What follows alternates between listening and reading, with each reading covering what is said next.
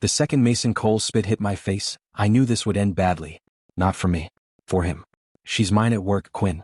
Wait your turn, he said, fixing his expensive tie like he was some kind of king.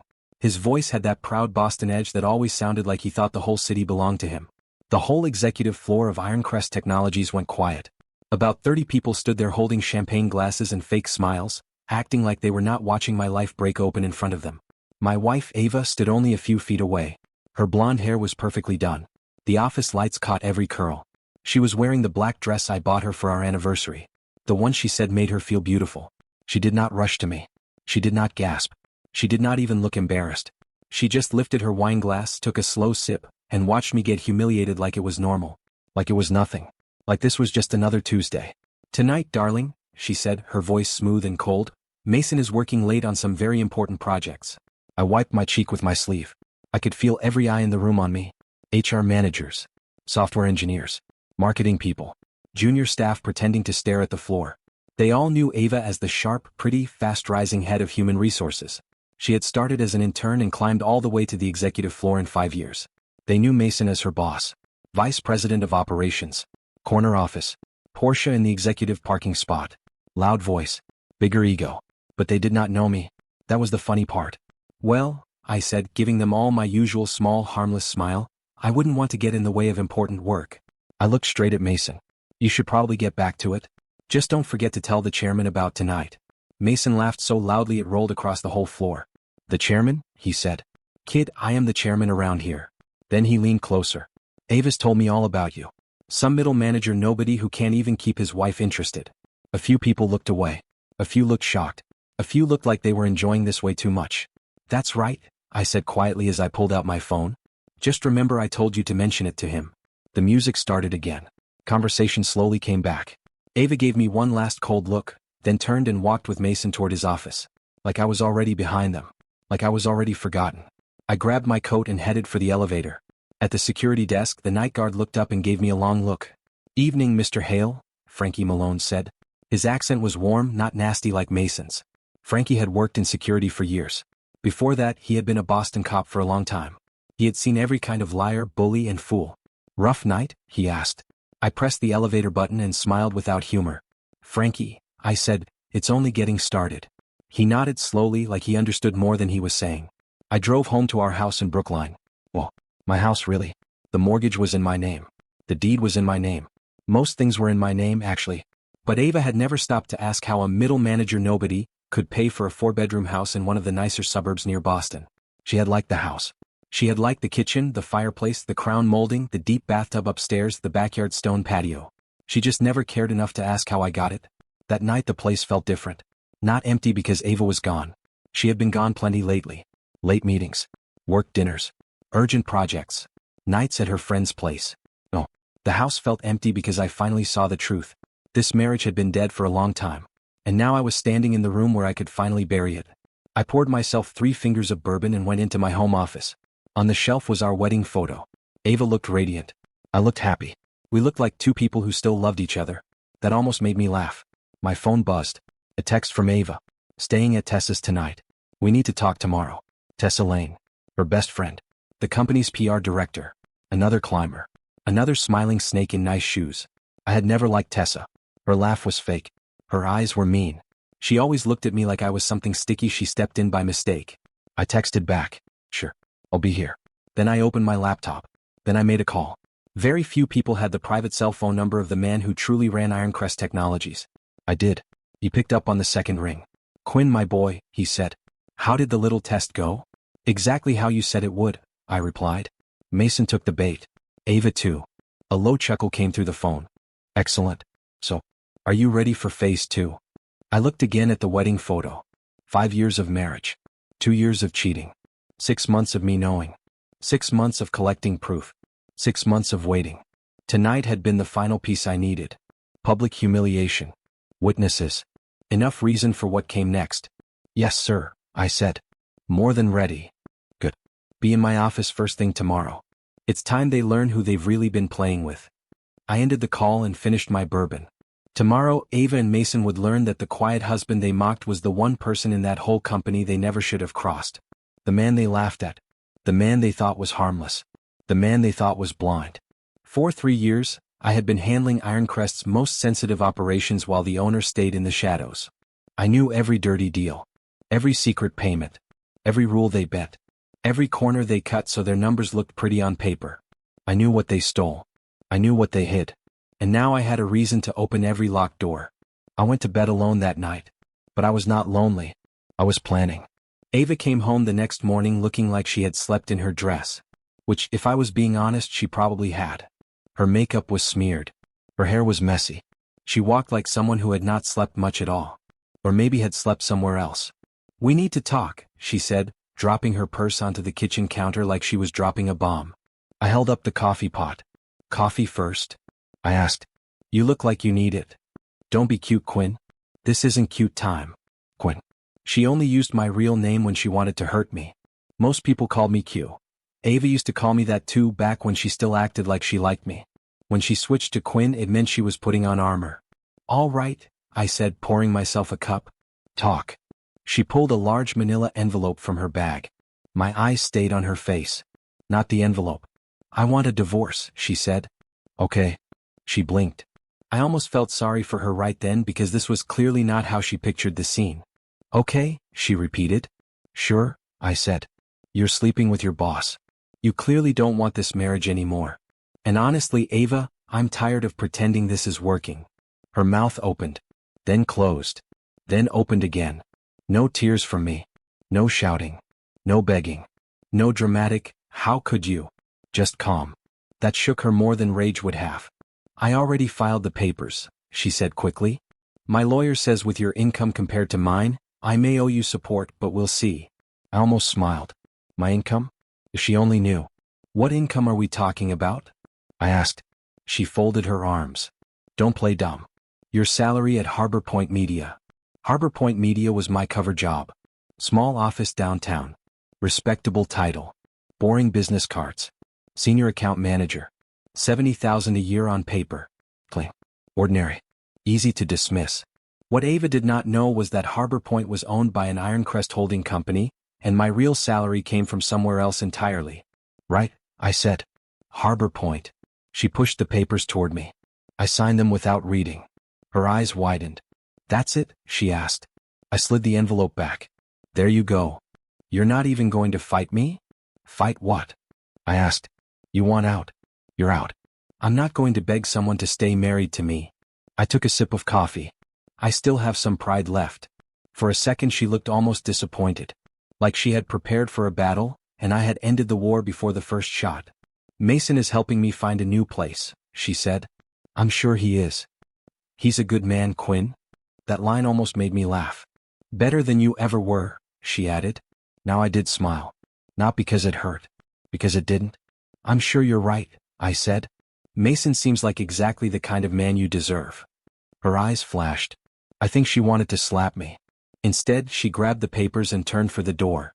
"I'll come by later this week for my things." "Take your time," I said. "I'll be at work." After she left, I called in sick to Harbor Point. No one there would care. Then I drove to Ironcrest headquarters in downtown Boston. 40 floors of glass and steel. Mason's corner office on 38. Executive parking up high. And me? I parked where I always parked. Basement level. A normal employee spot. Nothing fancy. Nothing that would ruin the lie. But that spot had private elevator access to the top floor, and almost nobody knew that. Frankie was waiting at the security desk when I walked in. "Heard about the little show last night?" he said, his old face folding into a grin. "Word travels fast." "Oh, it's flying," he said. "Tessa's already called half the building. She's telling everybody Mason finally put you in your place. Says Ava is finally moving up to a real man." "Is that so?" "That's the nice version. You want the ugly version?" "Later," I said. "I've got work." The private elevator needed a special key card. Only 3 people had one.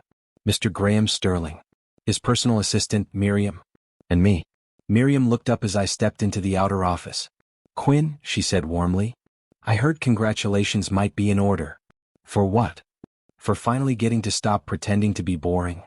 She stood and handed me a fresh cup of coffee before I even asked. Miriam had been with Mr. Sterling for 15 years. She knew everything. She also had that calm grandmother kind of way about her that made even ugly days feel manageable. "He's waiting for you," she said. Then her voice softened. "And he's excited." I haven't seen him this excited in years. Mr. Sterling's office took up almost half the top floor. Huge windows looked out over Boston Harbor. Old wood shelves. Beautiful rugs. Photographs of him with governors, senators, famous CEOs. The room smelled like money, power, and old books. "Quinn, my boy," he said, standing as I walked in. Graham Sterling was in his 70s, small and sharp-eyed, built more like a professor than a billionaire. But there was nothing soft about him. He had built Ironcrest from a tiny startup into a monster. "How are you feeling?" he asked. "Like it's Christmas morning," I said. He laughed. "Excellent. Miriam, hold all my calls. Quinn and I have planning to do." For the next 2 hours we went through everything. Mason's crooked expense reports. Vendor deals that smelled wrong. Payments going to companies connected to his friends. Ava's buried complaints. The harassment reports she made disappear.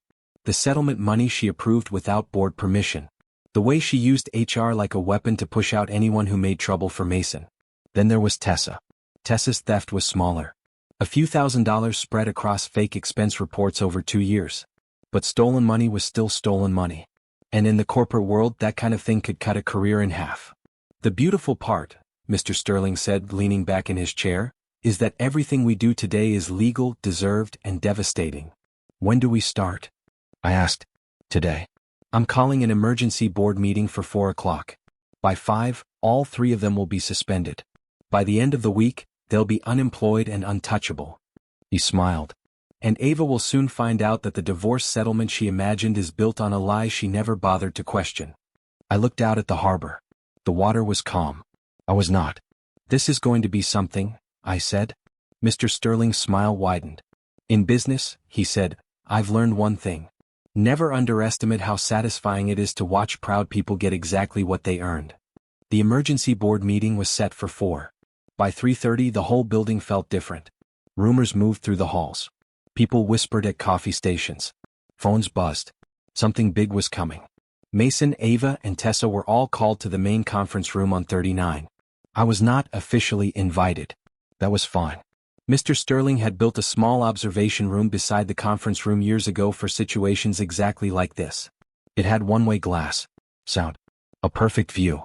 Frankie sat next to me with a tub of popcorn in his lap. "This," he whispered, "is better than TV." Mason sat at the head of the table like he owned the whole building. Ava sat to his right. Fresh outfit. New makeup.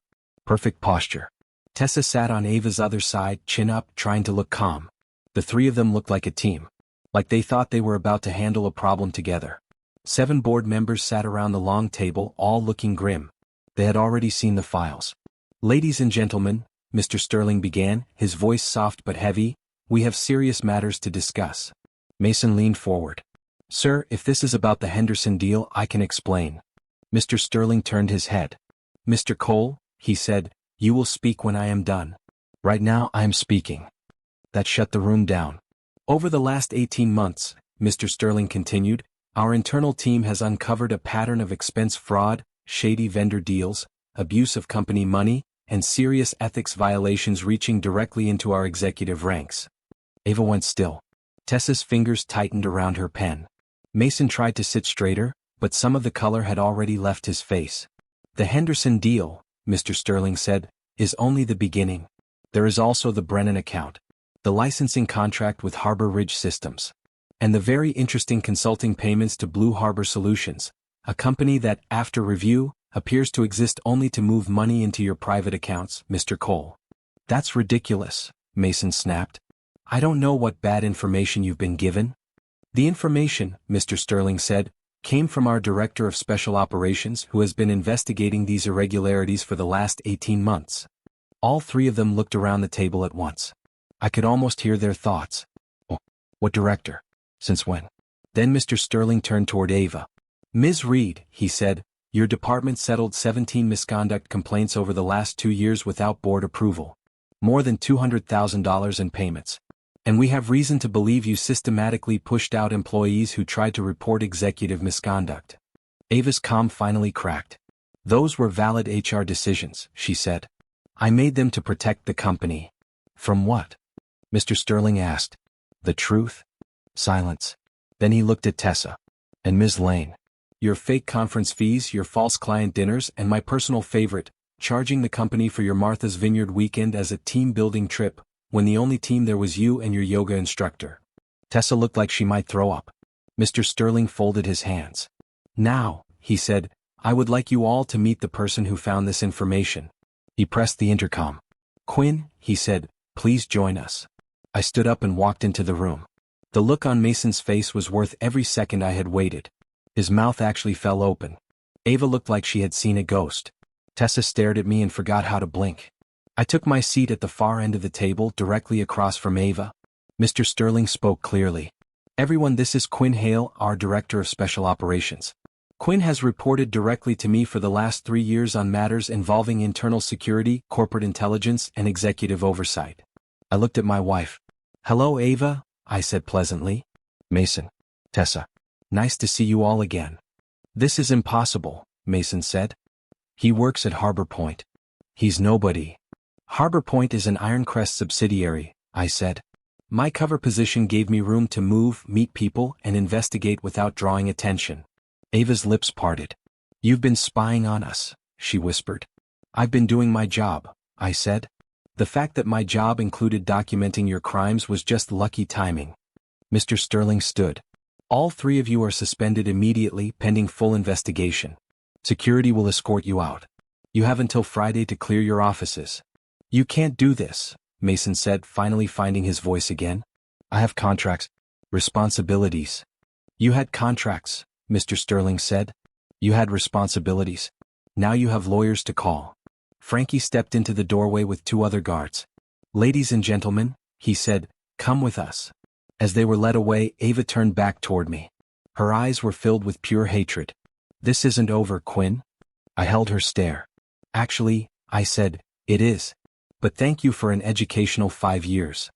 After they were gone, Mr. Sterling poured 2 glasses of scotch in his office. He handed me one. Phase 1, he said, is complete.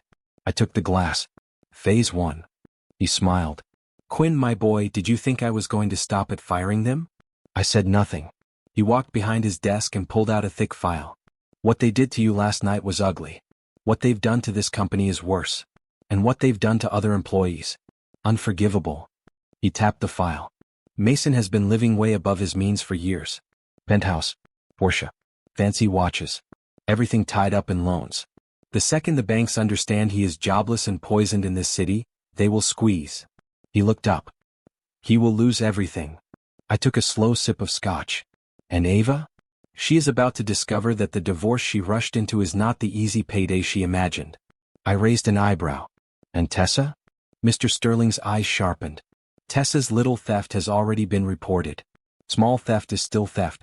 Once the federal people take interest, her name is finished. I set the glass down. When do we begin phase 2? Mr. Sterling smiled wider. My dear boy, he said, we already have. By Friday morning, Boston's business world was on fire with gossip. Ironcrest Technologies had fired 3 senior executives for fraud, theft, ethics violations, and abuse of power. The story hit the business section of the newspaper before lunch. People in offices all over the city were reading it between meetings and coffee breaks. Ava, Mason, and Tessa were not just out of work. They were marked. Tessa cracked first. She showed up at my house Thursday night, crying before I even opened the door all the way. Quinn, please, she said, tears running down her face. You have to help me. I stayed in the doorway. I don't have to do anything, Tessa. The FBI called me today, she whispered. They want to talk to me about the expense reports. That sounds serious. It was only a few thousand over 2 years, she said quickly. People do this all the time. You know how company expenses work. Actually, I said, I don't. I was always very careful with mine. She took a shaky breath. I could lose everything. My job. My name. Maybe even my freedom. You should have thought of that before you stole from the company. Her face twisted. I wasn't stealing. I was just moving things around. That is stealing, Tessa. She wiped her face and changed tactics fast. What if I tell you something about Ava? I said nothing. Things you don't know, she added. Like what? She leaned closer. She's been planning to leave you for over a year. She and Mason laughed about you.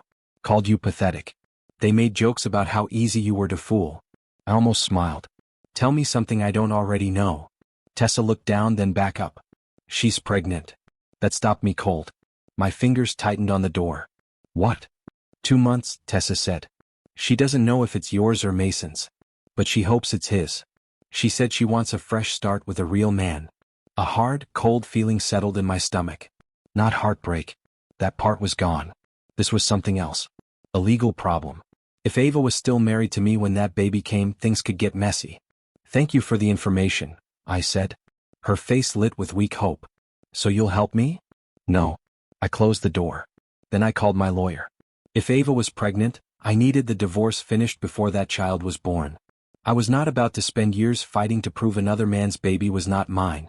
Friday afternoon, I was at Flannery's, the bar a few blocks from Ironcrest where office gossip flowed as easily as beer. I was halfway through my drink when Mason walked in. He looked 10 years older. His expensive suit was wrinkled. His hair was a mess. His eyes looked hollow, like sleep had left him days ago. He saw me at the bar and came straight over. You ruined my life, he said as he dropped onto the stool beside me. I kept my eyes on my beer. No, I said. You ruined your own life. I just wrote it down. He laughed once, but there was no real humor in it. 3 years, he said. 3 years I gave that company. 80-hour weeks. Results. Big contracts. And theft, I said. And lies. And using women in your office like they were decorations. That's not what happened. That is exactly what happened. I finally turned and looked at him. I have security footage, Mason. Bank records. Email trails. Signed approvals. Want me to keep going? He looked away first. You want the truth? I asked quietly. You got lazy. You got greedy. And you got arrogant. You thought nobody was watching. He ordered a whiskey. Drank it fast. Ordered another. Then he stared into the glass like it might save him. Ava's pregnant, he said. So I heard. It could be yours. It isn't. That made him look up. How can you be sure? I held his stare. Because Ava and I haven't slept together in 8 months. His face drained. I let that sit between us. Funny, I said, because that's about how long you and she have been sneaking around. How long have you known? He asked. Since the start. He stared at me. I could see it breaking him. Not the affair. Not the job loss. The fact that I had known and he still never saw me coming. I know about the hotel rooms, I continued. The late nights in your office. The weekends you called work trips. I know about the second phone Ava bought so she could text you. I know about the credit card she opened for gifts she never brought home. He swallowed hard. Then why didn't you say anything? Because I was collecting proof for the divorce, I said. And building a case for the company. 2 birds. 1 stone. He looked down again. Then he said something I did not expect. She doesn't want the baby. I went still. What? Ava, he said. She says a baby would destroy her chances of starting over. She says it would make her look unstable when she tries to get hired again. For the first time that day I felt something close to pity. Not for him. Not even really for her. Just for the ugly truth of who she was. Ava had always been practical when something got in her way. What do you want from me? I asked. He laughed bitterly.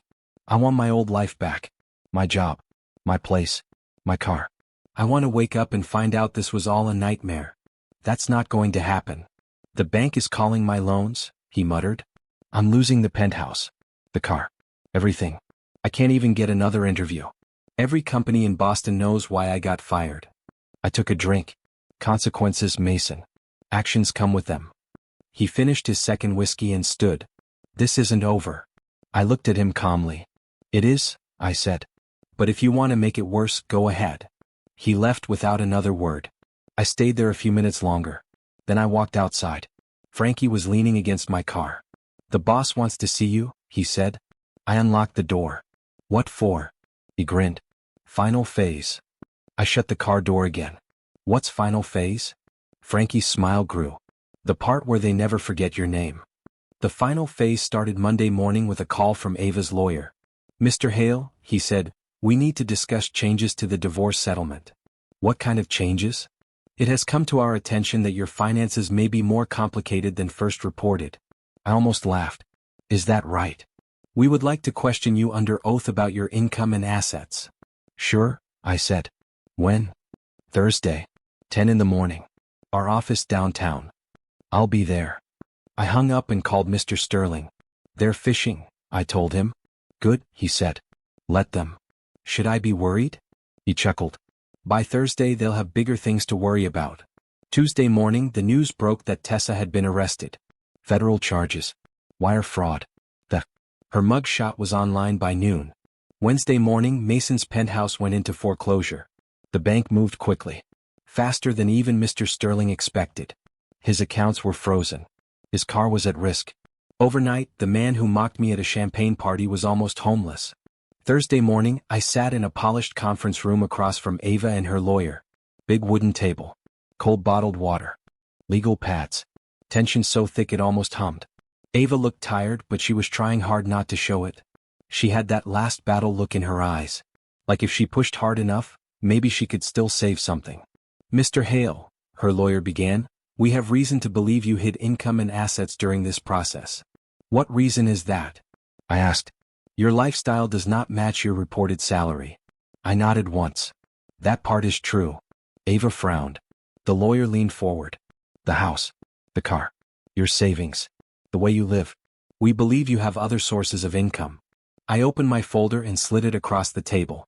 You are absolutely right. Ava opened it first. Then she froze. Her lips parted as she looked at my real contract with Ironcrest Technologies. The salary. The bonuses. The stock options. The equity share. All of it. $300,000 a year, she whispered. Plus benefits, I said. Plus equity. Plus bonus structure. Last year was good. Her lawyer started writing fast. Why was this not disclosed in the original filing? He asked. Because the original filing used my cover position at Harbor Point Media, I said. My real work requires privacy. He looked up sharply. What kind of work requires that much privacy? The kind where people think I'm unimportant, I said. I handle internal investigations, company spying, competitor tracking, and executive oversight. Ava stared at me like she had never met me before. You're a spy, she whispered. A corporate investigator, I corrected. Close enough. You lied to me for years. No, I said calmly. I loved you for years. I only played a role for 6 months after I found out you were cheating. She looked like she wanted to scream. Her lawyer cleared his throat. Given this new income, he said, we'll need to recalculate the divorce settlement. Actually, I said, pulling out a second folder, you won't. Ava frowned. What is that? Your employment contract with Ironcrest. We signed no prenup. Not a prenup, I said. A morality clause in your executive contract. Page 15. Her lawyer flipped pages. I watched him find it. Then I watched him go quiet. I spoke simply. Any executive employee who commits adultery with another employee forfeits spousal support rights in divorce claims connected to company conflict. Ava stared at me. Color drained from her face. You set this up. No, I said. I prepared for the possibility that you might betray me with a coworker. I did not force you to do it. Her voice went low and angry. You bastard. I held her eyes. You should read what you sign. That meeting ended with Ava getting almost nothing. Her clothes. Her personal items. A hard lesson. And no easy payday. That afternoon, Mr. Sterling called me into his office. Quinn, he said, I have an offer for you. I sat down. I'm listening. How would you like a promotion? I waited. Director of Corporate Security, he said. Your own floor. Your own team. Better pay. More authority. What's the catch? He smiled. There isn't one. You proved you can handle hard situations with patience, control, and results. I need someone I trust. I thought about it for about 3 seconds. I accept. Good, he said. There is one more thing. I leaned back. Mason has been making threats, he said. Against you. Against the company. Frankie has been keeping an eye on him. How bad? The kind of bad desperate men get when they have nothing left. I already knew where this was going. What do you want me to do? Mr. Sterling smiled the way men smile when the trap is already built. I want you to give him enough rope. That night, I went home to my empty house and waited. I did not have to wait long. At 2 in the morning, my security system sent an alert. Movement in the backyard. I opened the camera feed. 2 figures. Mason and another man I did not know. They were working at the back door trying to force the lock. I called Frankie. They're here. You want police now? He asked. Not yet. Let's see what they're after. From my bedroom window, I watched them break into my house. My house. The one Mason thought he could walk into like he owned it. The cameras caught everything. They moved fast through the kitchen. Went straight to my home office. Opened drawers. Pulled files. Searched my desk. Touched my computer. They were looking for something. Proof maybe. Something to save him. Something to hurt me. They would find nothing. Because there was nothing there to find. Just a man's home. And two fools turning themselves into criminals on 6 high-definition cameras. After about 20 minutes they gave up and left. Then I called the police. "This is Quinn Hale at 47 Maple Drive," I said. "I need to report a break-in." The officers arrived fast. I gave them the footage. A list of everything touched. A description of both men. One officer looked at me. "Do you know who did this?" "I have a strong guess," I said. "My ex-wife's boyfriend. We've had some issues." By Friday morning, Mason was in jail. Breaking and entering. Criminal trespassing. And violating a restraining order I had quietly filed the day before. His bail was $50,000. Money he no longer had. Ava came to my house that afternoon. Not crying this time. Furious. "Get him out of jail," she demanded the second I opened the door. I stayed calm. "I can't help you. You set him up." "No," I said. "I slept in my own house. He chose to break in. He was desperate. He was criminal." She took a step closer. "He's lost everything, Quinn. He stole from the company. He harassed staff. He broke the law. The fact that his choices hurt him does not make him innocent." Her eyes filled with tears then, but I could not tell if they were real or useful. "What about the baby?" she asked. "What about it?" "It's yours." I looked at her for a long, quiet moment. Then I said the words that ended every last thread between us. "No," I said.